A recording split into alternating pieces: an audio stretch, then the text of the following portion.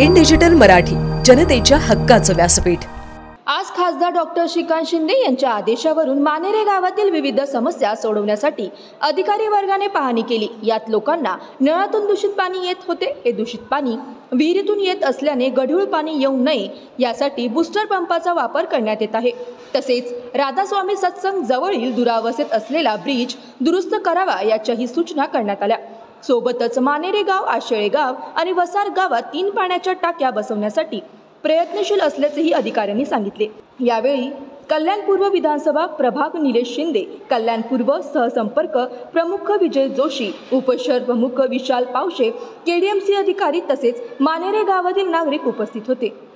माननीय खासदार शिंदे साहेबांनी आदेशित केल्यानुसार आणि बाकी सर्व सन्माननीय नगरसेवक जे आहेत, प्रशांत काळे साहेब आहेत, निलेश शिंदे आहेत, विशाल पावशे आहेत, देवळेकर साहेब आहेत, तर सगळ्यांनी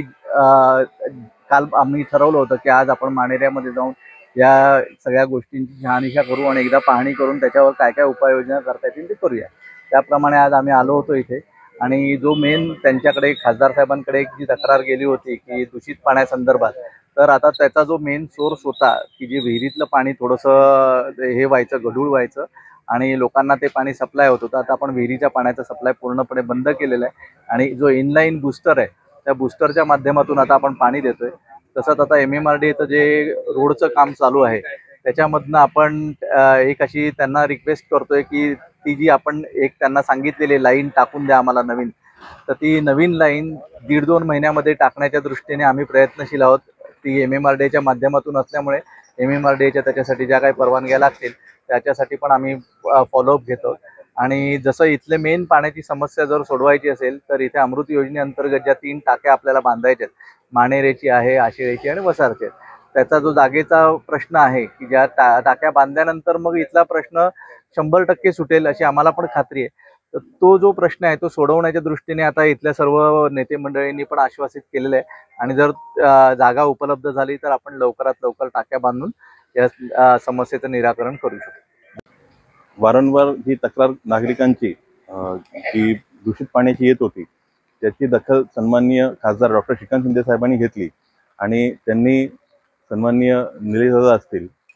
विशाल पावशे असतील, प्रशांत काळे साहेब असतील आणि देवलेकर साहेब यांच्याकडे जाऊन पाहणी करण्याचा जो त्यांना आदेश दिले, त्या आदेशाच्या अनुषंगाने आज इथे लोक आली, बरोबरला येताना अधिकाऱ्यांना घेऊन आले आणि त्याचप्रमाणे इथे पूर्ण पाहणी केल्यानंतर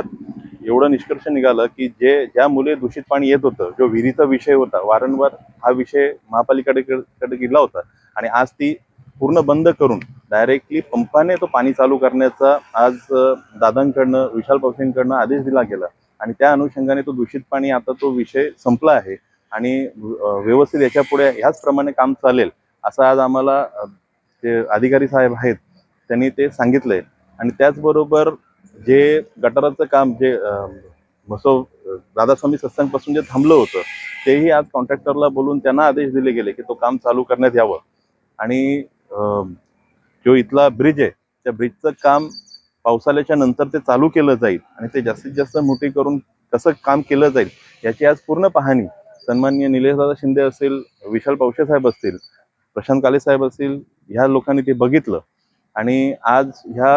इथल्या कॉन्ट्रॅक्टर जे विकी आहेत त्यांना बोलवलं गेलं आणि नवीन लाईन पाण्याची कशी टाकण्यात येईल, कोणत्या प्रकारे टाकण्यात येईल त्याची पूर्ण पाहणी केली गेली। मानेरा या ठिकाणी गेल्या अनेक दिवसापासून दूषित पाण्याची समस्या इथं होती आणि माननीय खासदार डॉक्टर श्रीकांत शिंदे यांच्याकडे वारंवार या भागातील अनेक लोकांनी तक्रारी केल्या होत्या। त्या अनुषंगाने या भागामध्ये आम्ही ते पाहणी करण्यासाठी महापालिकेचे आमचे इंजिनियर एक मळेकर साहेब आणि राणे वगैरे हे सगळे इंजिनियर्स आले आणि काय ह्याच्यातली मूळ समस्या आहे ते जाणून घेण्याचा प्रयत्न केला। काही इन्स्ट्रक्शन त्यांना दिलेले आहेत आणि त्या कशा आपण सोडू शकतो या संदर्भात त्यांना एक माहिती दिली आणि त्यांनीही माहिती दिलेली आहे। इथं प्रामुख्याने अमृत योजना जी इथं 27 गावाला आखलेली होती, त्या 27 गावाची थोडीशी विलंब झाल्यामुळे थोडासा पाण्याचा विषय लांबणीवर पडलेला आहे। पण मला वाटतं या येणाऱ्या काळामध्ये या पाण्याचा जो विषय आहे निश्चितपणे सुटेल आणि हे जे दूषित पाणी आहे ते लोकांना होणार नाही असं त्यांनी महापालिकेच्या वतीने मयेकर साहेबांनी आश्वासन दिलेलं आहे. आज दूषित पाणी आता पण आज नाहीये. आज पंप चालू केलं मग. आज जी इथं पाण्याचे जे तुटवडा होता ते काही विहिरीमध्ये पाणी लिफ्ट करून तिथून जे सप्लाय करत होते, आज तो स्टॉप करून त्यांनी डायरेक्ट सप्लाय करायचा प्रयत्न केलेला आहे आणि ते त्याच पद्धतीने करणार आहे. त्यामुळे दूषित पाण्याचा हा विषय कायमस्वरूपी मार्गी लागेल असं त्यांच्या वतीने सांगण्यात आलेलं आहे. मला वाटतं जेव्हा अमृतच्या लाईन्स येतील त्यावेळेस निश्चितपणे ह्या गावामध्ये जे आज डेव्हलपमेंट मोठ्या प्रमाणात होत आहे त्याला कुठेतरी पाण्याची समस्या निर्माण होईल आणि त्याच्यातून अमृत योजनेच्या माध्यमातून हे सगळं सॉल्व्ह होईल असं त्यांनी आम्हाला आश्वासन दिलेलं आहे.